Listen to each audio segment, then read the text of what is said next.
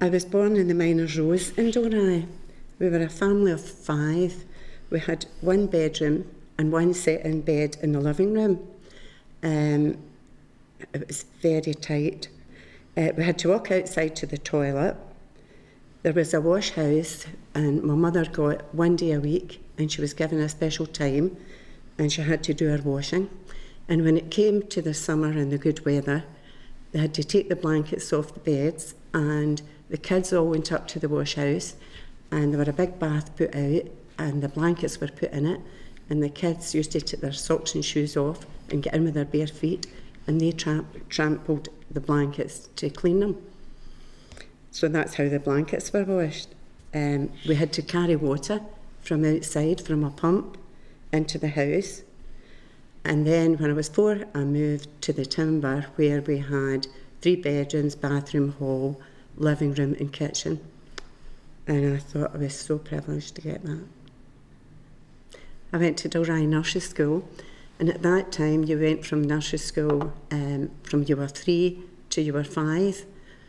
And you had your lunch, and then these beds were put down, and you get into bed and you slept for half an hour, and most kids did sleep, and then you got up, you played again, and then it was home time. Yes, I went to Dalry Nursery at 4 years of age, where you could go to nursery school, primary school, higher education, go to university without leaving the school, without going to another school. It was quite unique at that time for one town to do that. The teachers at that time, believe it or not, the women were all called Miss, because in those days if you get married you had to leave your job, believe it or not. So that's how the teachers were there to their elderly, called Miss. So I liked the school dinners, I must admit. But there were a lot of good times at the school. I mean, you're out playing sport in the summer, playing cricket, which I was no good at, football, rugby. So there were plenty to do, but you were not allowed outside the school gate at playtime or lunchtime. The Carricks, the grocers across the road from the school, came over to the fence at both breaks with packets of crisps and biscuits that you could buy through the railings.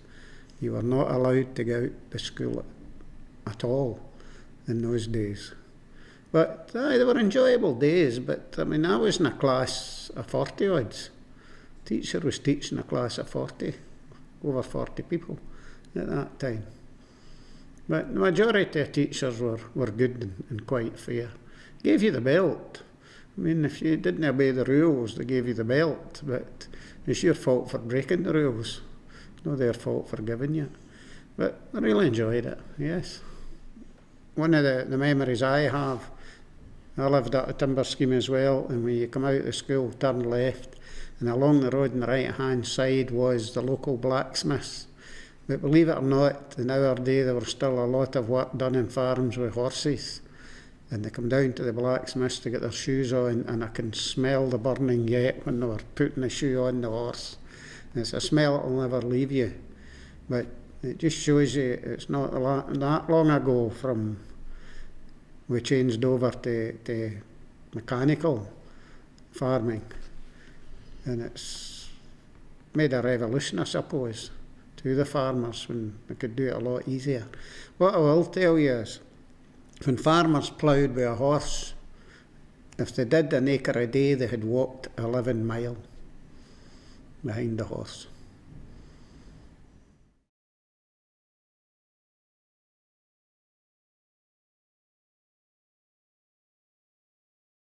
What was my job? When I left school in 1962, which wasn't yesterday, my first job was a trainee roadman with Ayr County Council Roads Department. I then moved to Ayr County Council Water Board. Then I moved to the Drainage Department in charge of drainage for the whole of the north of Ayrshire, because it was just one council for the whole of Ayrshire there. Then I went into Ross Products for 31 years. And when I left them, I went to the undertaking with Cooperative Funeral Care for 9 years. But with me being elected as a local councillor, I couldn't do the two jobs at the same time, so I resigned from that job. But when we were younger, you could go down the public park for sports. There was a putting green down there, there was a boating pond, there was a tennis court, football fields, the bowling green is still there. It's been there for about 170 years, I believe. So there were plenty to do in those days. And you thought the summers were better. Whether they were or no, I don't know, but you thought they were better. And also up the timber scheme where I lived, there was a field that was Ashes, they called it the Ashy Park. And boys for the Blair used to come up when we had played each other at football up there. So you can have made your own sport and pastimes. And I also liked walking up round the country walks at that time. I'm very much a Dalry Thistle supporter. When I was 11 years of age, I went down to see them playing Yoker in the Scottish Cup. And we had a goalkeeper with the name of Norrie Martin. We got beat 3-1 that day, but he signed with Glasgow Rangers after that and played with them for many years. And I still go and watch Dalry Thistle. I just get the bug and that's where I am. But the Thistle are famous for goalkeepers going senior because Bobby Wraith went to Celtic, Pat Linney went to Dundee, and Jim Leighton, the Muscat goalkeeper in Scotland, went to Aberdeen. Also the centre half went to Dundee with Pat Linney, called Ian Ewer, who went on to play for Arsenal in Scotland. So they've a good record for putting players seniors down at Dalry, and especially goalkeepers. My first job was in Dalry was with John Howie and Company in the dye works. I answered phones and typed invoices. I then stayed 6 months in Skirmler Hydro Hotel to do hotel management, and then Ayr College to do my City and Guilds in catering. Socialising, we had a cafe in Dalry, which was called Garnet House Cafe. Young people gathered there. The proprietors were a Mr. and Mrs. Bruce who came from Paisley. They were very strict and kept everything in order. It was very well run. I also enjoyed dancing.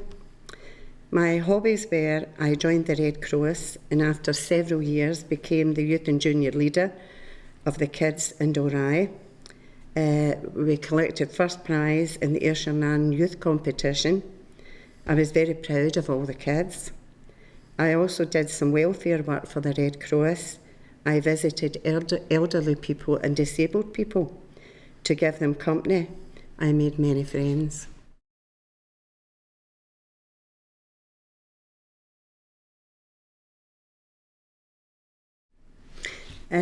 Shops I remember many shops. Starting at the bottom of New Street, there was Hans the Paper Shop. There was Boyfields, which was a television shop. There was a Milner's there, a ladies who made ladies' hats. There was Miller's the Paper Shop, which then became Robert Ward's the Barber, maybe be more familiar to you.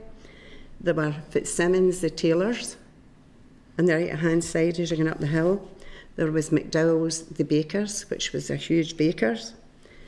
The Cooperative Funeral Department, which was now the Turkish Barbers. Bacon Company was there. Thompson's Televisions, they sold televisions plus fancy goods as well. There was the Scottish Wool Shop. There were Ashgrove's the Drapery. There were the Cooperative Bakery. They had a grocer's. There's the chip shop, which was Simonetti. There were Irene Ferguson's the hairdressers. There were the Labour Exchange. There were John and David Taylor, who ran the Ironmongers in Dalry, which then became Woodside's. There were Woodside's the grocers. There were Hall's Corner Shop, which was sold papers and sweets. Philip Gray's Paper and Card Shop. Kennedy's Baby Shop. Cooperative Drapery. Cooperative Butchers. Cooperative Hardware.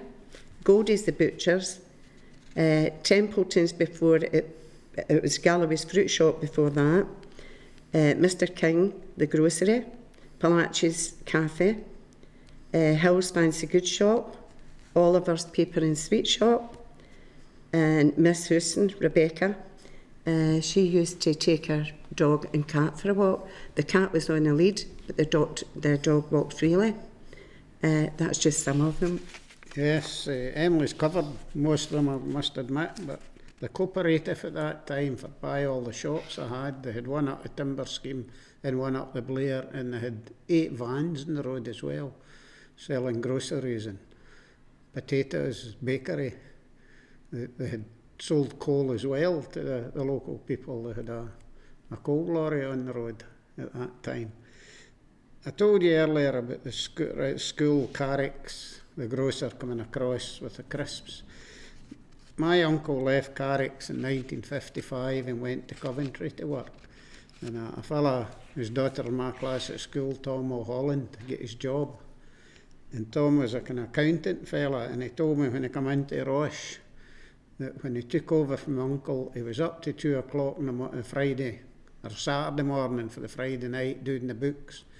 And that shop was taking in over £1,000 a week at that time. That's some amount of money. They had 8 workers in it.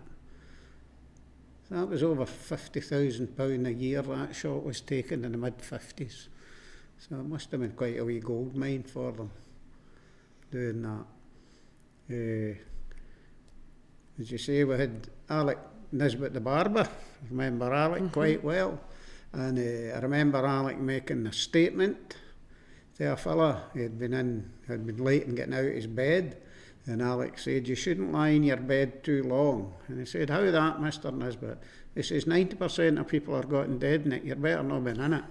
So he was 84 when he died. So he was that kind of character. He was quite witty.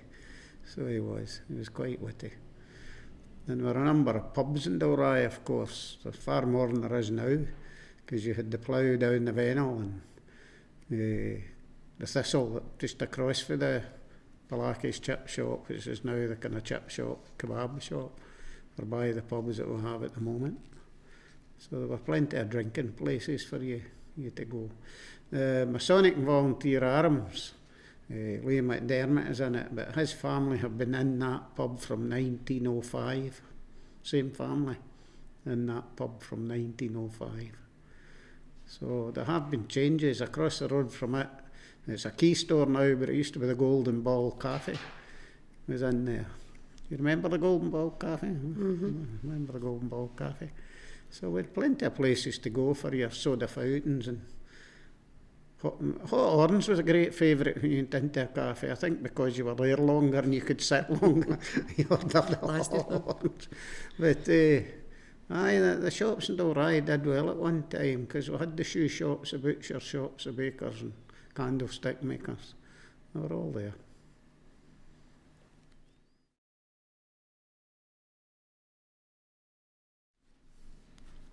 There were the Hamilton brothers, Willie and Hughie.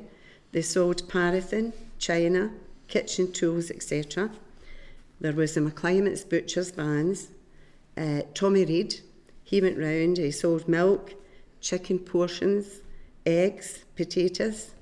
Malcolm McManus sold fish. He was the fish man in Dalry. And then we had the rag and bone man. I once lifted my mum's curtains that she was going to wash and ran out with the curtains and gave them to the rag and bone man. So I was in serious trouble. My mother ran after the rag and bone man, and I get the balloon took back off me. The one I remember, the rag and bone man that came round, he used to shout, "Pull the blankets off your beds and pull the stockings off your legs." So that was some vans that I remembered.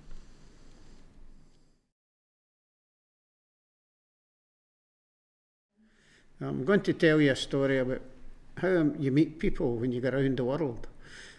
Emily mentioned about Fitzsimmons the tailors. I used to be a racing pigeon fancier, and the Pigeon Olympiad was held 1981 in Amsterdam. And we were in the Rai building in Amsterdam where it was held, and Sammy Muir, who's no longer with us from Lochwinnoch, picked up a box of vitamins. He said, "I think I'll buy that for my pigeons." And I says, "If I was you, I wouldn't bother." "Sammy, how?" I says, "Because I make the stuff." And the fella says, where do you make it? I says, Dalry, in Ayrshire. I says, I work with Ross Products. Yes, we buy a lot of our vitamins for Ross Products. You don't come from Dalry, do you? And he shouted at his wife. She was born in Love Lane, and Jim Fitzsimmons was her uncle. And when I come back, Jim could tell me I was speaking to her. So it's amazing, just saying a name, how something else comes into the equation. Up in the timber scheme, there used to be a Sunday school. My clients, the butchers, had a Sunday school up there. And we went faithfully to St Andrew's Church in the morning. I was the youngest of 7 sons. And then marched back up the house. You weren't allowed out to play on a Sunday. You had your good clothes on, and then went up to Tommy McClymont's Sunday school. And I'll tell you the wee song that we used to sing every Sunday. It was, tell your wee chums of the Sunday school, tell them to come up and hear us. Tell them it's only from 2 to 3 and the stories are all about Jesus.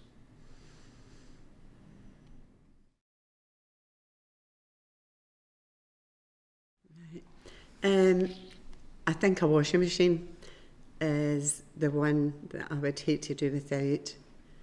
Several more, dishwasher, food mixer, but I think I could manage with the rest. But that's 3 things that I really would want to have.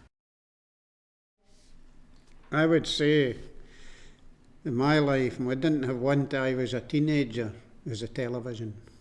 Invention of the television and people being able to afford them. And even now, it brings instant news into your living room. At that time, in the early years, we didn't know what was happening in the world till many weeks later. But now you have it instantly every day in your living room. And believe it or not, the first television my mother and father had, you paid for it with putting a 2-shilling coin in the back of it and turning the meter, and that allowed the television to work. But the television went off at 10 o'clock at night in those days. They just said good evening, played the national anthem. That was it, finished. There weren't 24-hour television, and you had only 2 programmes, BBC and STV. Then, of course, Channel 4 and BBC 2 and all the other programmes, and then they invented Sky Television. So they bring everything into your living room instantly. If anything happens in the world now, it's there in the news instantly. Whereas we had to wait long and weary before you've seen anything about it. And I would say the television, and it was very educational because a lot of nature programmes on the television at that time. And I think I would say that was one of the best things that come in, was the television.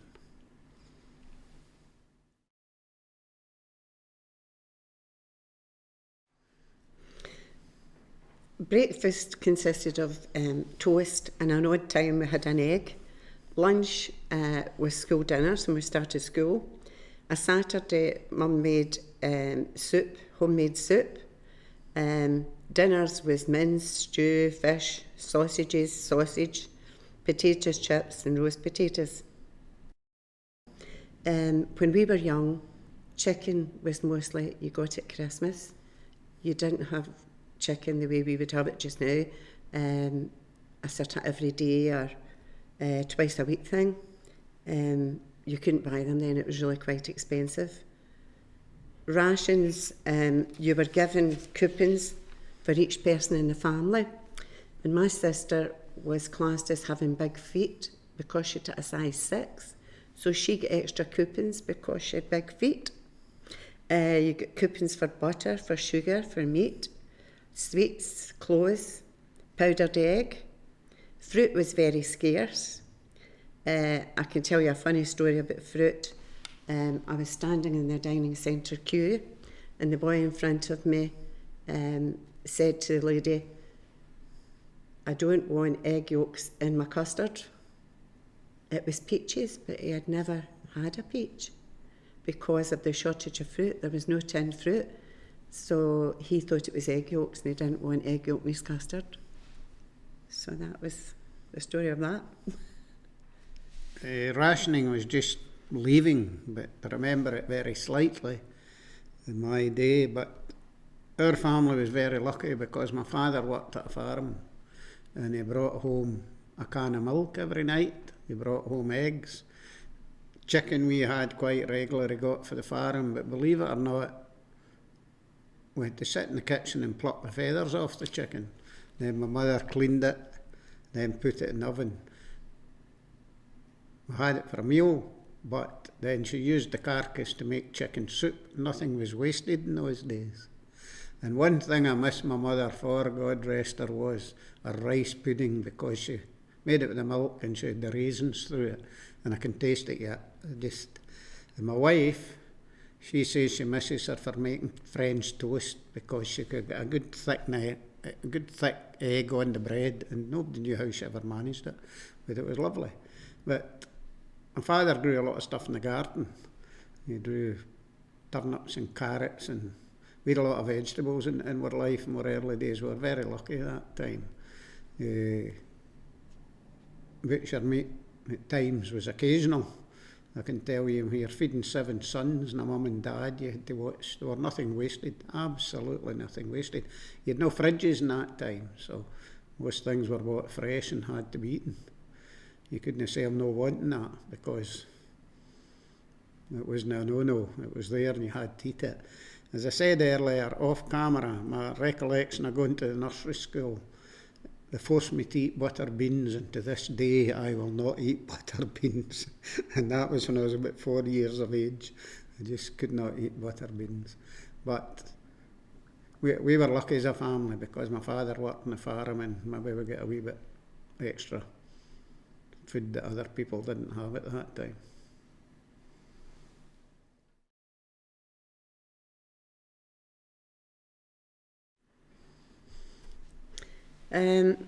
We walked round the Rhizome, round the Creepies, which is up the back road of the Blair, round the Lovers Walk, and once a year we walked from Dalry to Fairlie, and then from Fairlie back.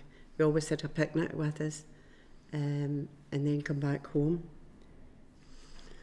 The walks that we went were round the Lynn Glen, down past Beedon's Point, back round into the town. Living in the timber scheme, you tended to go up the way up the Fairlie Moor Road. We used to go up the Lovers Walk, which is not very well used now, and that might come back into being a walk sometime, I hope. We used to let Emily go up the Fairlie Moor, but halfway up to the Fairlie Moor, you turned left to come onto the West Kilbride Road, and we called it the Snake Road because it was shaped like a snake. And a number of years ago, my wife and I were out a walk, and I said, "Oh, there are sheep in that field lying that's back." Now, I don't know if they're lying their back too often they die. Can't get up for the weight of the wool. And others were nudging it and it couldn't get up. So I jumped the fence. I ran over, put it back in his feet, and I appreciate it, mate. It butted me twice in the thigh and then run away. So it did. It did indeed, aye. So it must have appreciated me getting it back up in its feet. But that was a wee funny story about going for a walk. You know where Bedlin Hill is? You know, if you stand in the top of Bedlin Hill on a clear day, you can see 7 counties. And we had a discussion in Roche one night, and they said, "No, there are only 6. They forgot they were standing in Ayrshire." So there you are. A clear day, if you're up there, you can see 7 counties. So you're high up there. That's a wee job for your scouts. Go up on a clear day. Nice, nice. Down, take a pair of binoculars with you. Nice. And you'll see Renfrewshire and Argyllshire and Stirlingshire and Freshshire. You see them all, aye, on a clear day. Aye.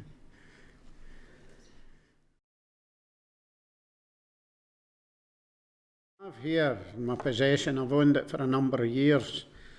It was an elderly lady that gave me a Dalry and District book, and it was done for a bazaar for St Andrew's Church, which stood at the post office corner now where the fountain stands. It's a very well done book for its time, with the pages and a wee story, photos and wee word about everything that's there. They made one mistake. The printer never put a date on it. But a person recently asked me for a look at it to see, and he reckoned it was about 1902 that it would be. So that was away just at the turn of the last century, and that the standard of photographs in it is very good. So they did that for the church bazaar and sold them. That is the only one I have ever seen. I've never seen another one. Never heard them in Dalry talking about it or anything. You thought through the generations somebody would have kept one. Another book I've got here is Old Dalry, done by a friend of mine, Hugh McTaggart, who suddenly he passed away not that long ago. Him and I were friendly over days. And Armour Hamilton, who's just went off the chair of Dalry Burns Club. And the first photograph in the front is Dalry Thistle playing Kilbirnie Laid's side in a Scottish Cup tie. Now this must have been away, I don't know what year that would be, because the registration in Palaki's ice cream van is DS2307, and they're a pipe band at that game, and the field is filled to capacity. Now that's memories of this town. And that photograph was taken before there were houses along, the amenity houses along St Margaret's Avenue. So it's a long, long time ago. Whether I don't think you'll ever get a crowd like that again in a junior football field, especially at Dalry anyway. It's really, really magnificent to see that. And Hugh and Armour Hamilton did this book of all photographs, postcards that they had, and it's unbelievable that the photographs that's in it.